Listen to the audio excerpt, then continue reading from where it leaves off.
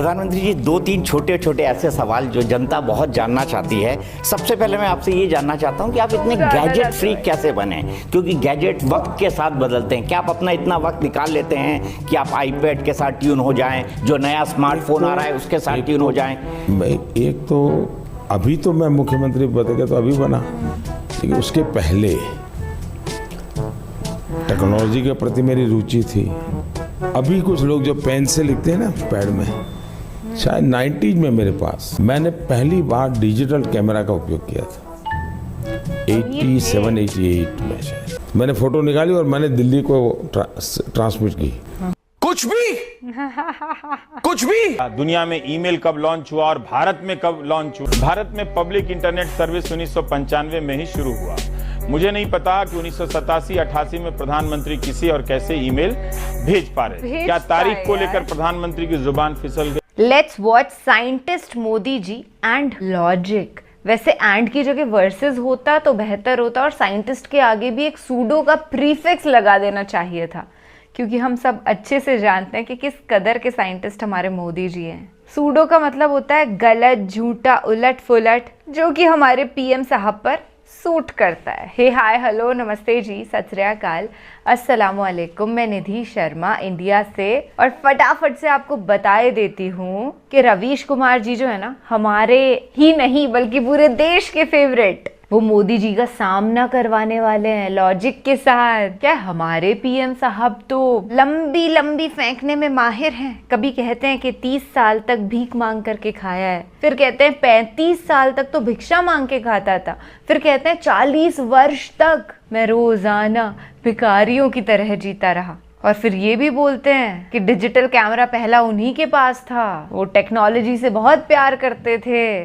तो भिक्षा कब मांगते थे मोदी जी? चाय कब बेची उन्होंने, जब 40 साल तक भीख मांग रहे थे? उसके बाद कई वर्षों से राजनीति में हम उनको देख रहे हैं। तो हमारे हिसाब से ना तो इन्हें भिक्षा मांगने का टाइम मिला और ना ही चाय बेचने का। जब बचपन से ये इतने अमीर थे, इंडिया में जब कोई टेक्नोलॉजी यूज नहीं कर पा रहा था, तब तो इनके पास टेक्नोलॉजी आ जाती थी। गुलमल है भाई, सब गुलमल है। यही याद आता है मुझे मोदी जी की तस्वीर को देखकर, उनके भाषणों को सुनकर। खैर कोई बात नहीं, रवीश कुमार जी को उनकी अटमोस्ट लॉजिकल बातें करने देते हैं, उसके बाद हम हमारी बातचीत को कंटिन्यू करेंगे। एक पैड था जिसमें मैं पेन से लिखता था, 90 में। अभी वो कॉमन हो रहा है, मैं उस समय उपयोग करता था। शायद देश में, शायद कोई हो सकता है, मुझे मालूम नहीं।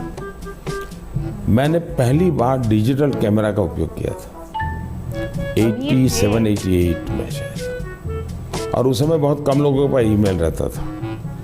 तो मेरे यहाँ विरमगाम तहसील में अडवाणी जी की सभा थी, तो मैंने वो डिजिटल कैमरा पर उनकी फ़ोटो ली। तब डिजिटल कैमरा इतना बड़ा आता था, मेरे पास था उस समय। मैंने फ़ोटो निकाली और मैंने दिल्ली को ट्रांसमिट की, और दूसरे दिन कलर फ़ोटो छपी। तो अडवाणी जी को बड़ा सरप्राइज हुआ कि दिल्ली में मेरी कलर फ़ोटो आज की आज कैसे छपी।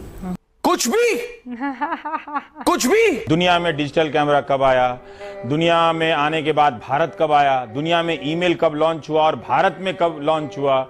प्रधानमंत्री ने जब से एक इंटरव्यू में जवाब दिया है, 2019 के चुनाव का आखिरी चरण क्विज शो में बदल गया है।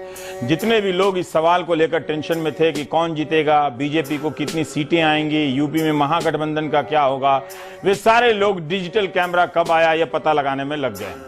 यही नहीं, ईमेल कब लॉन्च हुआ इसकी भी खोज हो रही है। प्रधानमंत्री ने न्यूज नेशन नामक चैनल को दिए इंटरव्यू में कहा है कि शायद देश में हो सकता है, मुझे मालूम नहीं, मैंने पहली बार डिजिटल कैमरे का उपयोग किया था 87-88 में शायद, और उस समय बहुत कम लोगों के पास ईमेल रहता था। तो मेरे यहाँ विरमगाम तहसील में अडवाणी जी की सभा थी, मैंने डिजिटल कैमरे से उनकी फोटो ली। तब डिजिटल कैमरा इतना बड़ा आता था, मेरे पास था, उस समय मैंने फोटो निकाली और मैंने दिल्ली को ट्रांसमिट कर दिया।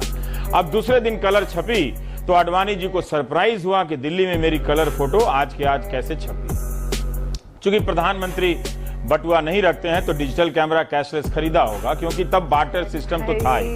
हिंदी में इसे वस्तु विनिमय प्रणाली कहते हैं, और ये आज भी है। गांव में हम लोग, बहुत से लोग अभी भी लोग धान देकर आइसक्रीम खरीद लेते हैं, लेकिन तब क्या क्रेडिट कार्ड या डेबिट कार्ड आ गया था।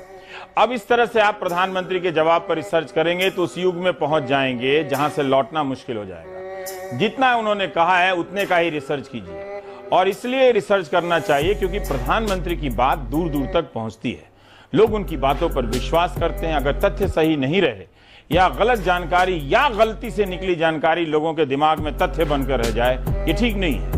ऐसे ही स्कूलों की हालत अपने आप बहुत बुरी है, खासकर सरकारी स्कूलों में 5वीं का जो छात्र है वो दूसरी की किताब नहीं पढ़ पाता है, और विरोधी और ट्विटर पर जो खलियर लोग हैं वो खूब मजा ले रहे हैं, इसमें खूब तरह के कार्टून बन रहे हैं, मौज मस्ती हो रही है। लेकिन प्रधानमंत्री के विरोधी अहमद पटेल ने ट्वीट कर दिया और लिखा कि यहाँ जहां तक मेरी याददाश्त जाती है, भारत में पब्लिक इंटरनेट सर्विस 1995 में ही शुरू हुआ। मुझे नहीं पता कि 1987-88 में प्रधानमंत्री किसी और कैसे ईमेल भेज पा रहे थे। क्या तारीख को लेकर प्रधानमंत्री की जुबान फिसल गई? कई बार इंटरव्यू में बोलते वक्त चीजें गलत हो जाती हैं, ये हो सकता है। अच्छा होता प्रधानमंत्री ट्विटर हैंडल पर इसे क्लियर कर देते, जो कि लगता है नहीं किया है। प्रधानमंत्री भी विपक्ष को उलझाकर खुश हैं, लगता है कि कम से कम चलो डिजिटल कैमरा और ईमेल पर वो लोग चर्चा कर रहे हैं, फंसे हुए हैं, हम अपना कुछ और काम कर रहे हैं। 31 मार्च 1986 को राजीव गांधी की सरकार में विदेश संचार निगम लिमिटेड VSNL का गठन होता है। भारत में गांधी जयंती के दिन 1991 में VSNL ने ईमेल यानी इलेक्ट्रॉनिक मेल लॉन्च किया। 1991 में नरसिम्हा राव प्रधानमंत्री थे। 21 जून 1991 को ही उन्होंने शपथ ली थी। 24 फरवरी 1992 तक भारत में मात्र 100 यूजर थे ईमेल के, जिन्हें सब्सक्राइबर आप कह सकते हैं। मुंबई में 50 सब्सक्राइबर थे और दिल्ली में 25। जब कुछ संस्थाएं थीं रिसर्च की, जैसे Bhabha atomic research centre, Tata consultancy service, इस तरह के संस्थानों के पास ईमेल था। हमने ये जानकारी 24 फरवरी 1992 के टाइम्स ऑफ इंडिया से ली है। रिपोर्टर के नाम की जगह स्टाफ रिपोर्टर लिखा है। इस रिपोर्ट में VSNL ने कहा है कि हर महीने 25 नए सब्सक्राइबर जुड़ रहे हैं। सोचिए आज हम कैसे ईमेल खोलते हैं और बंद करते हैं। वैसे एक जानकारी और है, किसी भी ईमेल के साथ पहला अटैचमेंट मार्च 1992 में भेजा गया था। ये अटैचमेंट एक तस्वीर थी। भेजने वाले का नाम नथानियल बोरेनस्टाइन था, जबकि बकौल वो अमेरिका के, जबकि बकौल मोदी वो 87-88 में फोटो अटैच कर दिल्ली भेज चुके थे और आडवाणी जी सरप्राइज हो चुके थे। इस लिहाज से प्रधानमंत्री ने भी ईमेल होने की बात गलत बताई। 87-88 में ईमेल से कैसे अटैचमेंट भेज दिया, जबकि ईमेल आया ही 1992 में है। आपने अभी एयर स्ट्राइक का जिक्र किया। मैंने खुद एक सेशन कंडक्ट किया था जिसमें पूर्व सेना के तमाम अधिकारी जो हैं, सेनाध्यक्ष, एयर मार्शल, सब तमाम लोग मौजूद थे। तो उन्होंने भी ये कहा कि भाई रिस्क पॉलिटिकल भी होता है।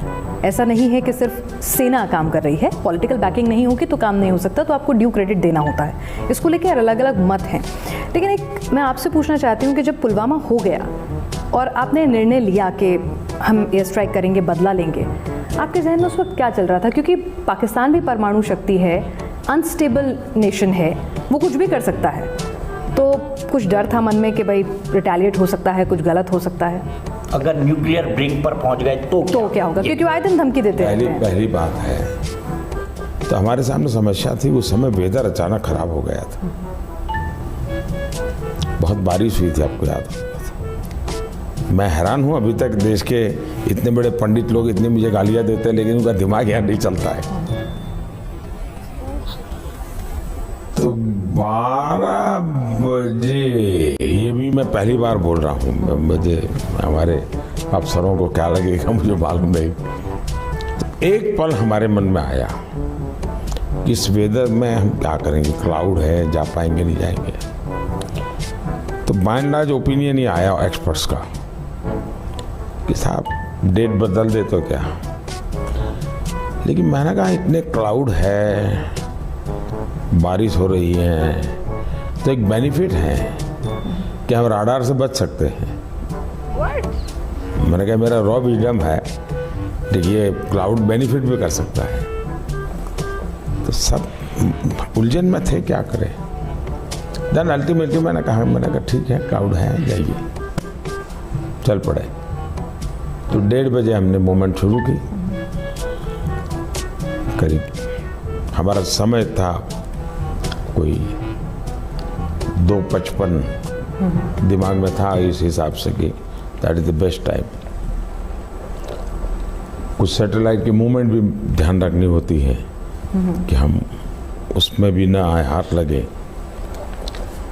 तो ये सारे हिसाब किताब में कोई 2:55 बैठता था, हमारे लोग गए। 3:20 को मुझे रिपोर्ट आया कि साहब सब लोग ठीक ठाक हो गया है। इतने बड़े रक्षा विशेषज्ञ हैं कि उन्होंने सोचा कि ऐसा काम करेंगे, मौसम क्लाउडी है, रेडार पे नहीं आएंगे। 13 मई दिल्ली का आसमान, आसमान में काले घने होने से पहले के ये बादल हल्का हल्का ब्राइट ब्लैक हैं। हमारे कैमरे की नज़र में आते जाते हवाई जहाज़, लेकिन क्या बादल होने या मौसम ख़राब होने से रडार काम नहीं करता है? एयर ट्रैफिक कंट्रोल में काम करने वाले लोग हैरान हैं, हंस भी रहे हैं, लेकिन बोले कैसे? आप जानते हैं कि देश भर में कई जगहों पर रडार स्टेशन बना होता है। रडार स्टेशन से लगातार इलेक्ट्रोमैग्नेटिक तरंगे आसमान की तरफ जाती रहती हैं और वहाँ मौजूद ज्ञात अज्ञात चीज़ों से टकराकर वापस लौट आती हैं, जिसे हम टारगेट कहते हैं।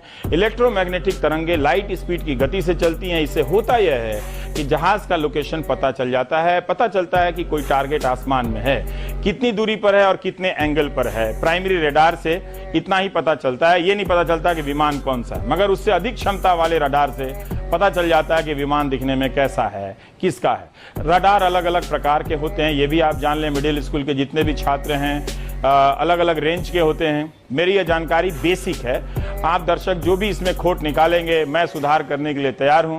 प्रधानमंत्री को भी बादलों वाले बयान का सुधार कर लेना चाहिए, ये अच्छी बात नहीं है। इंग्लिश में छप के टाइम मैगजीन में वालों को पता चल गया तो बहुत बुरा हो सकता है। वैसे इससे चुनावी संभावनाओं पर कोई असर नहीं पड़ता। आप जितना झूठ बोलें, जितना गलत बोलें, वोट में कोई फर्क नहीं पड़ता। ये बहुत अच्छी बात है भारत के लोकतंत्र में। इस वीडियो के सामने आने के बाद सवाल तो बनता ही है, अगर हम करें तो करें क्या, बोले तो बोले क्या? वाह मोदी जी वाह, वाह मोदी जी वाह, जो मन में आता है वो कहते हैं। क्या सही नवाबी जीवन है ना उनका। वीडियो देखने के बाद आपको ये तो मालूम चल ही गया होगा कि पप्पू है कौन असलियत में। इन्होंने काफी कोशिश करी कूल डूड बनने की, 56 इंच का सीना, हेयर स्टाइल वगैरह सेट, एकदम 10 लाख का सूट, और बातें तो भाई साहब जो लंबी लंबी फेंकते हैं, मतलब इनके जैसा टैलेंट नहीं देखा मैंने। अरे अपने क्लास में कुछ ऐसे बच्चे होते थे ना जो एकदम कहीं से भी कोई भी स्टोरी जोड़ जाड़ के बना देते थे और टीचर्स को उल्लू बना देते थे। फॉर ए सेकंड टीचर्स भी चकमा खा जाती थी कि हाँ यार सही बोल रहा है, ऐसा ही हुआ होगा। बाद में पता चलता है अरे ये तो सारी मेड अप स्टोरीज थी, इनका असलियत से कोई नाता नहीं है। वही मोदी जी करते हैं। बस बात ये है कि हमारे जो क्लासमेट्स हुआ करते थे ऐसे फेकू चंद, उनकी इन मेड अप स्टोरीज से कोई फर्क नहीं पड़ रहा था किसी को,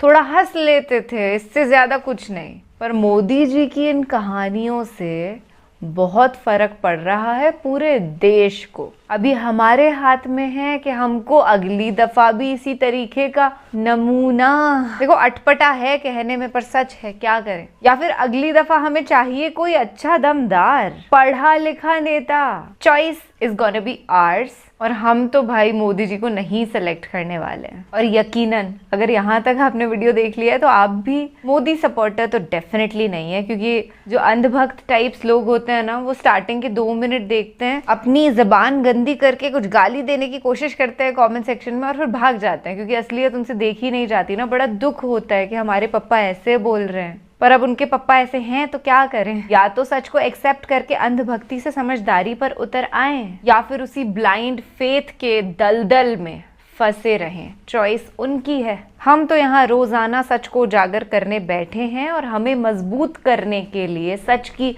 आवाज सुनने के लिए आपका बहुत बहुत शुक्रिया। रवीश कुमार जी का शुक्रिया कि वो लॉजिकल बातें करते हैं भाई, हमारे सूडो साइंटिस्ट की तरह नहीं है। इनकी तरह तो कोई ना ही हो तो बेहतर है। चलिए फिलहाल मैं आपसे लेती हूँ इजाजत। ख्याल रखिएगा अपना और अपने सभी घर वालों का। मिलते रहिएगा, ऐसे ही सच को सपोर्ट करते रहिएगा। सत्यमेव जयते। जय हिंद।